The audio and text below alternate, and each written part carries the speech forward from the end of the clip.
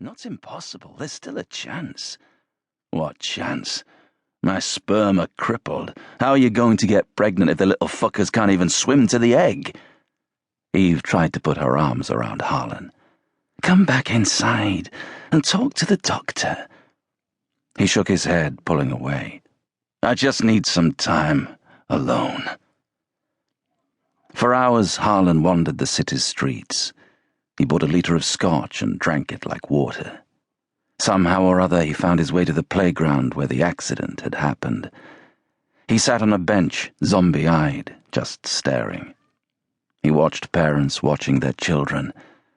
That will never be me, he thought, and a sense of crushing loss, almost as painful as when Thomas died, hit him, wrenching a sob from his throat. Noticing that he was drawing glances from the people around him, he stood to leave. His mobile phone rang, Jim Monaghan's name flashing up on its screen. Harlan stared at it, trying to decide if he was up to taking the call. Probably not, he decided. But the pain was so unbearable he knew he'd better do something to distract himself before he completely lost the plot. Taking a steadying breath, he put the phone to his ear. What's up, Jim?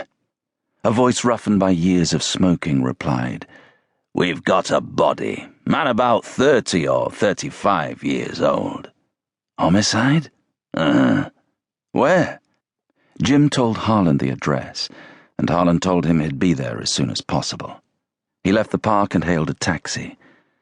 It was a bright, cold afternoon, but during the drive, dirty white clouds moved in, obscuring the sun. When the taxi arrived at the address, a uniform waved it to a stop. Harlan flashed his ID and the uniform stepped aside. The street was clogged with police vehicles. Another uniform stood at the end of a large, detached house's driveway. Forensic bods in white suits were visible through the house's windows.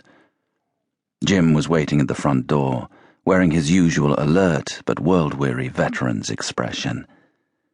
On seeing Harlan, he said matter-of-factly, You look like shit. I'm fine. So, what's the story? Married couple.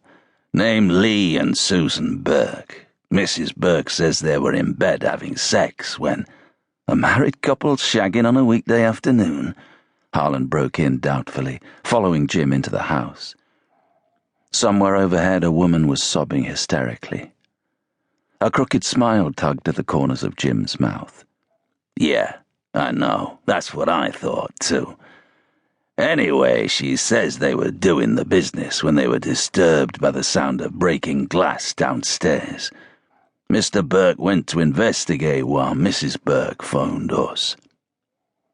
Mr. Burke was lying naked, face down in the kitchen, limbs splayed like a dried starfish, his back a bloody latticework of cuts and stab wounds. Glass from a broken window was scattered over the lino and the corpse.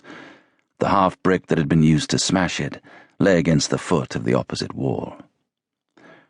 28, 29, 30, a forensics guy was saying as he counted the stab wounds. A raw breath of air that smelled of snow blew into the room, and everybody shivered, except the dead man and Harlan. The whiskey sloshing around inside his otherwise empty stomach insulated him from its touch. She's lying, said Harlan, blearily studying the corpse. What makes you think that? With his foot, Harlan rolled the body onto its side. Hey, said the forensics guy, what do you think you're doing? Harlan ignored him. There's glass on and around the body, but not under it, which means the window was smashed after he died. And which also means Mrs. Burke is a lying, murdering bitch. Harlan spoke loudly, loud enough for anyone within 50 feet to hear, with a harsh slur in his voice. When he finished, the house was silent. Everyone in the room, uniforms, forensic bods, photographer, stared at him. He lifted his eyes and called at the ceiling. That's right, lady. Don't waste your time blubbering. Call a lawyer, because you'll need one. Detective, can I speak to you outside? Said Jim. Sure. Somewhat unsteadily, Harlan stepped over the body, leaving a